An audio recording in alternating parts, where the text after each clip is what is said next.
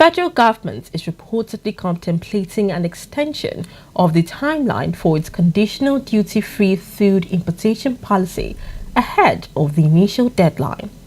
This development follows remarks from the Minister of Finance and Coordinating Minister of the Economy, Mr. Wale Edun, who revealed that the government has commenced its own food imports as part of the interventionist policy.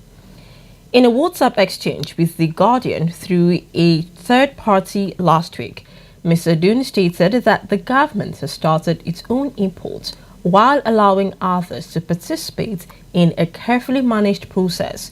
You would recall that nearly 4 months after the government introduced the scheme to address rising food prices, uncertainty still surrounded its implementation, with many importers reportedly avoiding participation.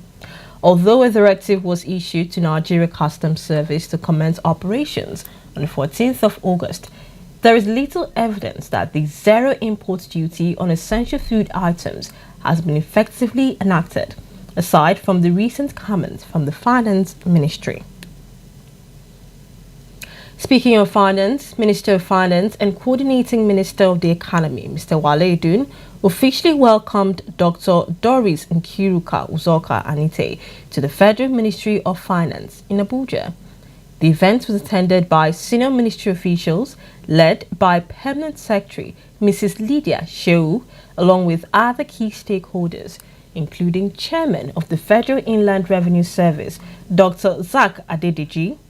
In his welcome address, Mr. Edun praised Dr. Uzoka-Anit's dedication, emphasizing her crucial role in supporting the ongoing economic initiatives under President Tinubu's administration.